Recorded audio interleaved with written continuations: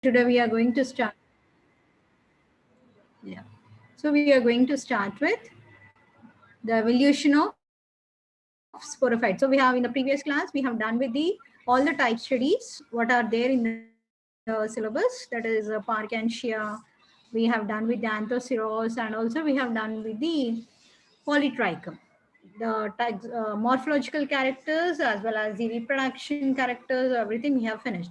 So now we are going to study about the evolution, like how the sporophyte generation from the lower plants have been evolved into the higher sporophytic, the complex morphological structure of the sporophyte in the advanced form. So that we are going to study now.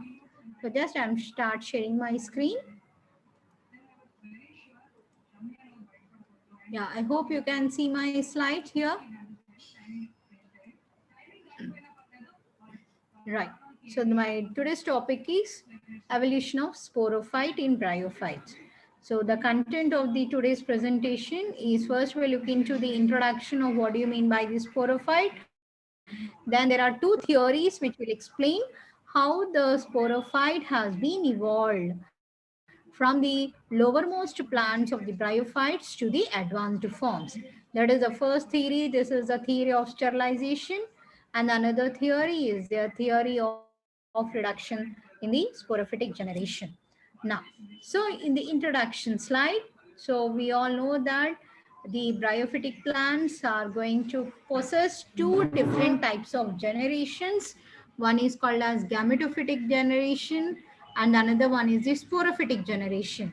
So gametophytic generation is the one where the plant body, the adult plant, here we are considering it as the gametophyte, that adult plant, how morphologically is different from one genera to the another genera. So based on that, these genus have been named as liverworts or hornworts or the mosses like that. So based on their gametophytic morphological structure. Now we are going to look into the sporophytic generation. So we all, I think we have the discussed about what is a sporophyte. So it is a generation where it is going to produce the spores and the elaters. The spores are the starting cells or the starting structures for producing a new gametophytic plant or a new generation. Now, how the sporophyte is? So it is generally attached to the gametophytic tissue. It is not separate from the gametophyte. The sporophyte is always attached to the gametophytic tissue. So this sporophyte is divided into three regions. So we have discussed them like foot, seta, and the capsule. So foot is the region which is basically helpful for anchoring the sporophyte generation to the gametophytic tissue, whereas the seta, which is the stalk-like structure, helpful for conduction, and the most important structure of the sporophyte is the capsule, which is going to produce or contain the spores and the elaters. So these three constitute the structure of the sporophyte. Now, so there are two contrasting theories have been put forward by different scientists who has given how this sporophyte have been evolved from the from the lowermost bryophytes to the higher. The sporophytic generation is not same in all the bryophytic plants. In the structurally, that is morphologically, the structure of the sporophyte is not same. It differs from one genera to the another genera, or how it is formed from a primitive form to a higher form. So to explain that, there are the two theories we need to look into consideration. One is a progressive sterilization of sporogenous tissue, and another one is a progressive reduction or simplification of the sporophyte. Now, so we look into the first theory, that is the theory of sterilization. Now, this theory, it was first put forward by by the scientist called as Bower in the year 1908 to 35, and it was supported by the another scientists like Cavers and Campbell in the year 1910 and 1940. So these are very, very important.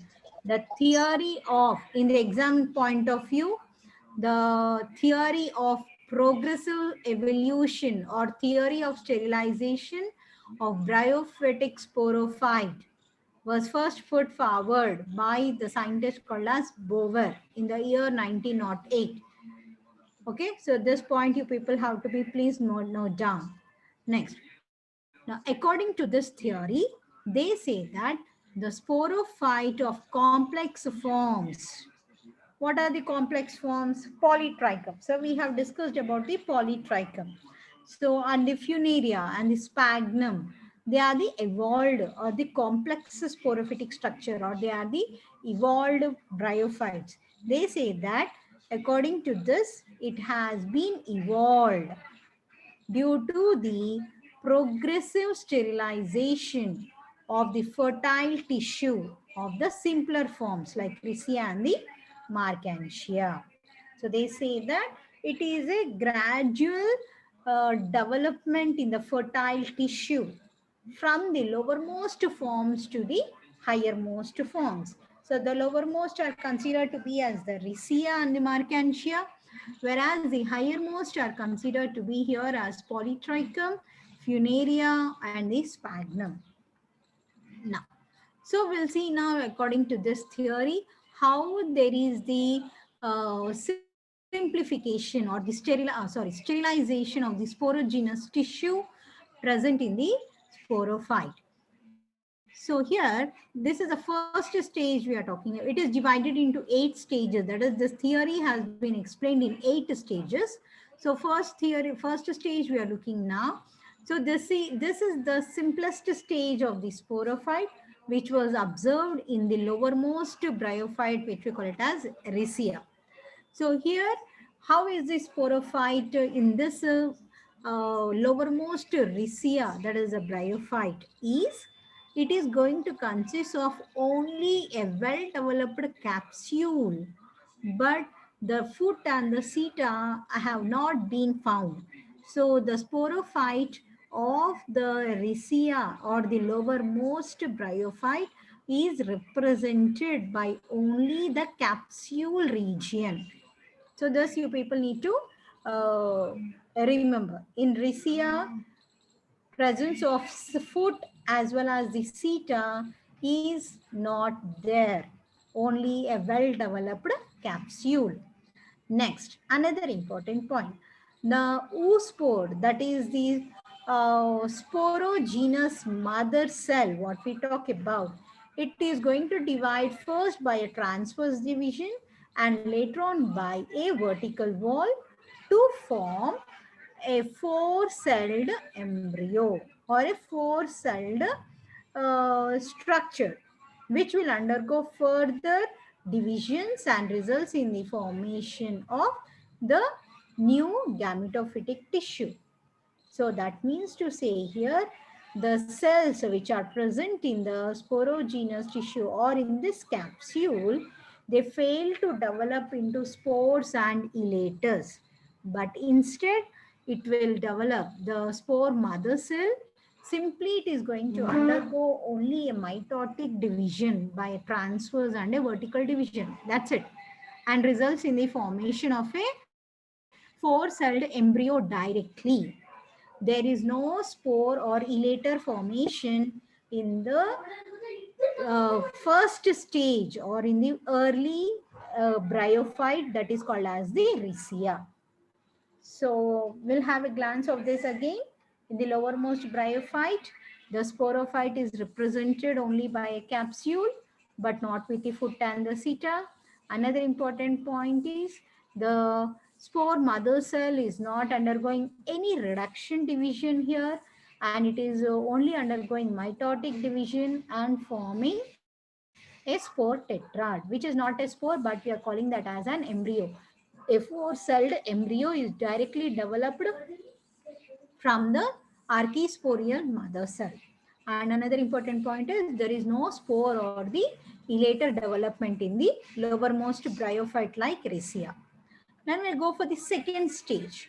So in the second stage, in the example like Carcinia, the oospore, that means the embryo which is developed by the transverse wall, it will divide and produces a hypobasal cell and the epibasal cell. So this is again another important point, like in the example like Carcinia. So the hypobasal cell will develop. Oospore here it is zygote. That is after the uh, gametophytic fusion or the fertilization. Whatever the zygote is going to develop, a single cell diploid zygote. That zygote here is undergoing a transverse wall division and forming a lower hypobasal and an upper epibasal. So in this Carcinia, in the second stage, the lower basal cell is considered to be as, or it will give rise to a small foot region. Okay, so whereas in the first stage, that is in Riccia, we have not come across any foot region. But here in this, it is going to give rise to a small foot. And then the epibasal cell will transform into a outer amphitheecium and inner endothelium structure. So in the endothelium, the cells are going to uh, develop into the embryo. The cells which are present in the endothelium, they will develop into the embryo structure. That is the next stage of the gametophyte. Now, when we go for the third stage, that is still further complexity in the sporophyte development, you can see here the sterilization is further seen in the Sparocarpus, the another genera of the bryophyte, where the sporophyte is going to develop a small bulbous foot and a narrow seta.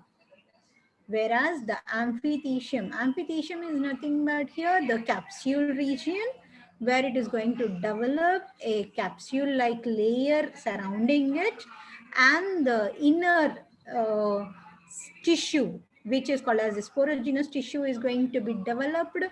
This sporogenous tissue will develop into spores.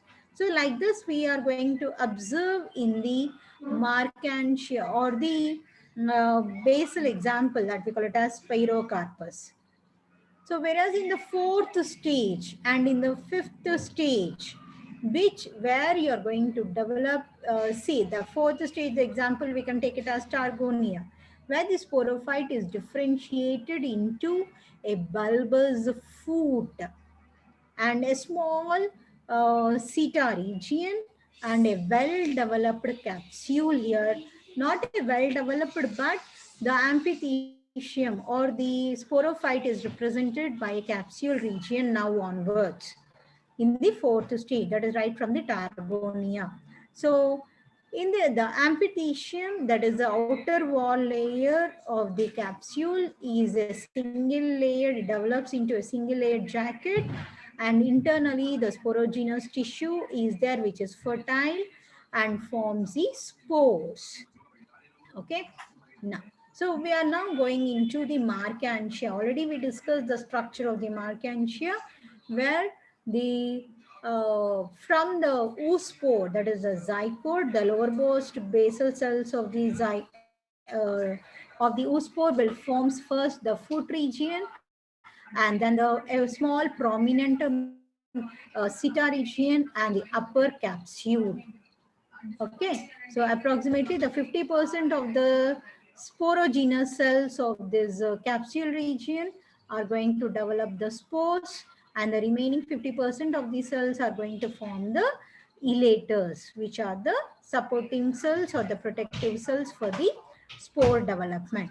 So thus in the Markantia, you can come across the bulbous foot. You can prominently see a bulbous foot and a small elongated seta region and the capsule developed within the gametophytic tissue. Next, in the sixth stage, you come across now the further sterilization of the sporophytic tissue can be seen like in Pellia and Porella, the two other genera, in which the foot, there is an extension you can see here in the seta region. Pellia here, it is differentiated into foot, seta and the capsule, just like that. But further sterilization is, you can see a well-developed early to 4 development in the sporophytic tissue. That is a bunch of elaters you can see here in the capsule region. Next, further sterilization, you can see here in the 7th stage, where the capsule region is becoming elongated. That is in the example of Anthospheros. So in this Anthospheros, a bulbous foot is there where the sporophyte here is, or the capsule is becoming elongated or horn-like structure.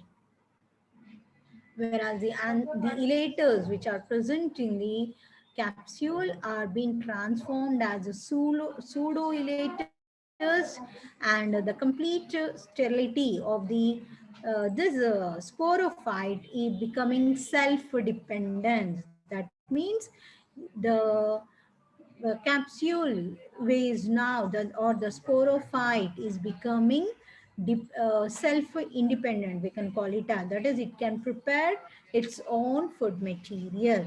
Whereas in Markantia, we have seen the dependence of the sporophyte of the gametophytic tissue. But as we are moving further, the sporophyte becomes independent or self-dependent of preparing of its own food material. And when we go for the 8th stage, that is in the theory of sterilization, the last stage here, they say that the sporophytic region show a highest degree of sterilization in the sporophyte, which we observe in the Bryopsida.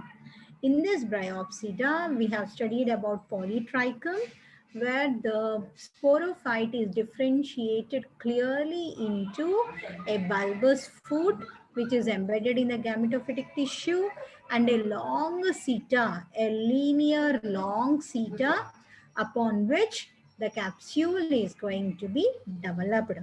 Whereas the capsule is further complexity in the capsule we can observe, that is the development of a capsule wall, a central columella region, and the operculum. So we have differentiated the capsule into 3 regions. One is apophysis region, the middle theca region, and the outer lid or the operculum region. So apophysis is a region where it is the cells are going to prepare the food material, and the capsule is becoming totally independent, not depending on the gametophytic tissue. It will prepare its own food material. From the apophysis, the food material is supplied through the columella to the central theca region, where the theca consists of 2 spore sacs. So you can see here, these are the 2 spore sacs or the archisporial tissue in which the spores are going to be developed. And on the either side of the spore sacs, you can see the development of the parenchymatous tissue or the spore or the capsule wall. And upon the theca region, there is a well-developed operculum with the peristomial teeth, which are showing the hygroscopic in nature, attached to this capsule region for opening of the capsule for dispersal of the spores. So here the sterility of the tissue will be going on reducing right from the rhizia to the polytrichum or the funaria. So thus the sporophyte of rhizia is considered as a very simplest among the bryophyte, whereas a large proportion of fertile tissue was observed in the higher bryophytes, whereas that is called as the sterility on the fertility nature. In the rhizia, there is a very high proportion, that is in the simplest bryophyte, there is a high proportion of the fertile tissue, and the sterile tissue is very small. Whereas on the other hand, in the bryophytes, the complexity of the sporophyte is more with a high degree of sterility. That is, sterile tissues are more in nature. That is trabeculae, the meristematic tissue, the operculum, they all are sterile. That does not take part in the spore formation. Only the spore is represented by the archisporial tissue or the spore tissue. Whereas in the lowermost, the fertility nature is more when compared to the sterile nature. So that is the sterility will be going on increasing with the increasing order of the sporophytic evolution. Highest sporophyte, that is most evolved sporophytes, will have highest degree of sterile tissue when compared to the fertility tissue. So that is according to the theory of sterility or the sterilization or the theory of progressive evolution. Now, the another theory we are taking into consideration is the reduction theory. So this theory speaks about the complexity of the sporophytic tissue. That is the morphological structure of the sporophytic tissue. So this theory was discovered, or it was started by the scientists like Kashyap, Church, Goebel, and the Evans. So they were the one who has put forward the theory of reduction in the sporophyte evolution.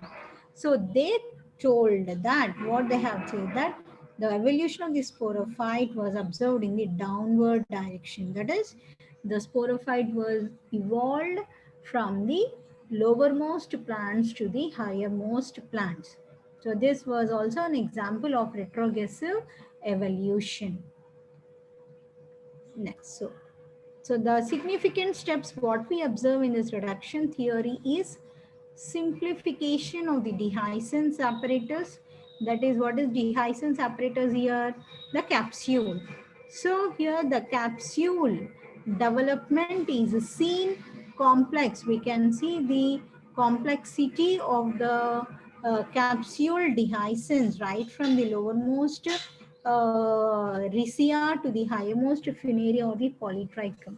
In the funaria and the polytrichum, the spores are liberated by the dehiscence. So it should dehisce first the archisporial tissue, then the lid and the operculum, they have to degenerate it, and then the spores are going to be liberated.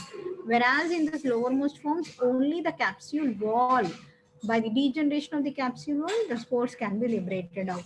So that is the simplification which we observe in the downward direction right from the evolved to the lowermost. And we can see the reduction in the green photosynthetic tissue in the capsule wall. Yes, we have seen that the green photosynthetic region in the capsule was going on decreasing. In the highermost forms, we have seen the capsule is totally independent. It consists of more amount of photosynthetic tissue in the higher evolved plants, like apophysis. The example in the sporophyte of the capsule of of the funaria or the polytrichum, where it prepare the food material, more amount of parenchymatous tissue, it will prepare the food material and supply. Whereas when we come to the lowermost forms, the photosynthetic region was reduced. Yeah, the sporophyte was completely dependent on the gametophytic tissue for food and the conduction, that is conduction of food and water. Okay, so that's it becomes the green photosynthetic tissue was reduced in the lowermost forms, whereas it was higher in the highermost forms. Next, associated with the above, that is depending upon the photosynthetic tissue, there was disappearance of stomata in the lowermost forms when compared to the highermost forms. So side by side with the above changes, we can also see the gradually elimination of seta and subsequently the disappearance of the foot region right from the highermost to the lowermost. So we are coming in the downward direction. In the highly evolved forms, we can see a well-developed foot and a highly elongated seta. But whereas we go for the in the lowermost forms, like in Riccia, we have said that in Riccia there is no foot, there is no trace of foot or seta at all.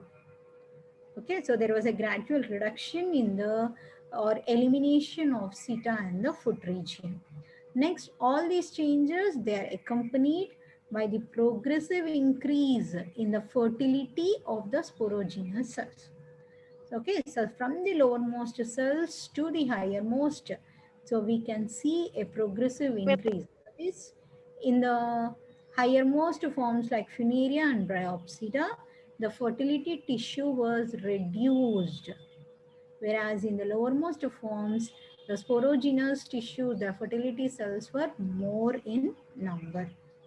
Next evidence is the morphology and experimentally the genetic support. They say that the sporophyte was very simple in Riccia and it is become to be an advanced in the highermost forms. So I'll just stop share. So this is regarding the evolution of sporophyte in the bryophytes. So in the same way, when we talk regarding the gametophyte also, the gametophytic evolution was found to be. So just a minute, I'll start sharing again. 1 second.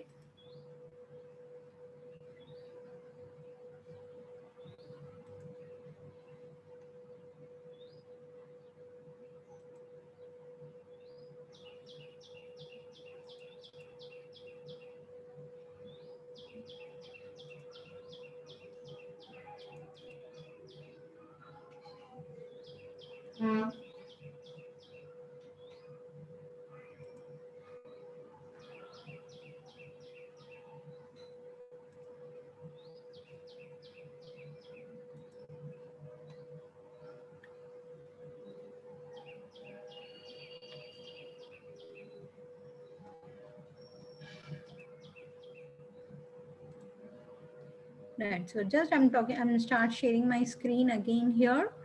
That is how the gametophytic tissue of this plant, so that is the bryophytes, have been evolved into the higher complex forms. Okay, so here when we look into the evolution of these bryophytes, I'm just putting the slideshow here. Right. So here also when we talk regarding the bryophyte to gametophytic tissue evolution, so there are two theories that were discovered. One is called as pteridophytean hypothesis or the algal hypothesis. That means to say, so already we have discussed that bryophytes are considered as the amphibians of the plant kingdom. That is, they are growing on the land, that is a terrestrial surface, but at the same time even they require water for the fertilization. So utilization of land as well as the water is there in this. So whereas when we go for an algae are the plant, the lowermost thallophytes, where they are completely aquatic. So mostly of them, they are completely aquatic, so they live in the water. Whereas the pteridophyte, so the pteridophytes are completely the land plants. So bryophytes are the intermediate plants between pteridophytes and the algae. That is, they say that bryophytes are the advanced forms which have been evolved from the algae, and they are considered as the primitive forms of the terrestrial land plants. So it is regarded as the evolution. It is regarded as an intermediate plant between algae and the fungi. So based on this concept, this pteridophytean hypothesis and algal hypothesis came into picture. Now, so when you talk about this pteridophytean hypothesis, that is how these bryophytes have evolved into the pteridophytes. So there are certain similarities among bryophytes and pteridophytes. So what are the similarities? They say that first thing is the development of sexual organs. In pteridophyte also, we can see the sexual organ development. In bryophytes also, there is a clear differentiation of male and the female sexual organ. So that is the first point.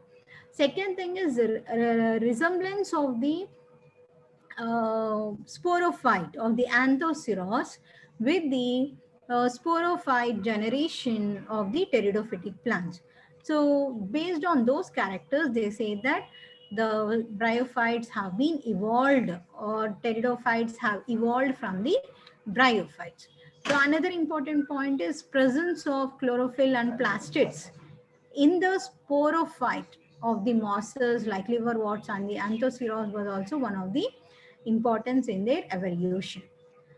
Next, Haskell, he was the first one to propose the bryophytian origin of pteridophytes with the resemblances of the sporogonium of Anthoceros and the sporophytes of the fossil pteridophytes. Next, algal evolution. So they say that bryophytes have been evolved from the green algae rather than the brown algae, because the green algae are the one which are completely chlorophytian. They consist, or they possess the chloroplast in them. They are green in color and they are aquatic. So they say that bryophytes are the plants which have evolved from the chlorophyceae members. Next, bryophytes, they represent a blind offshoot of the plant evolution.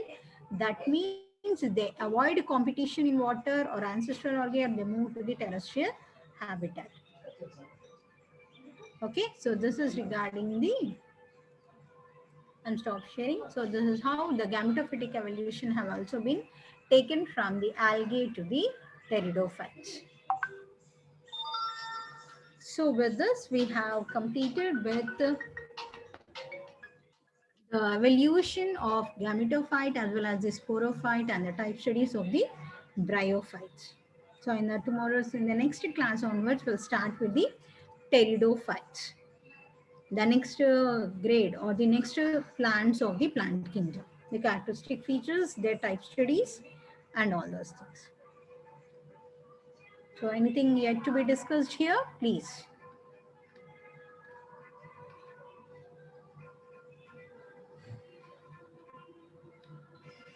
Okay, so if there are no discussions, please. So I'll end my session today. So thank you one and all.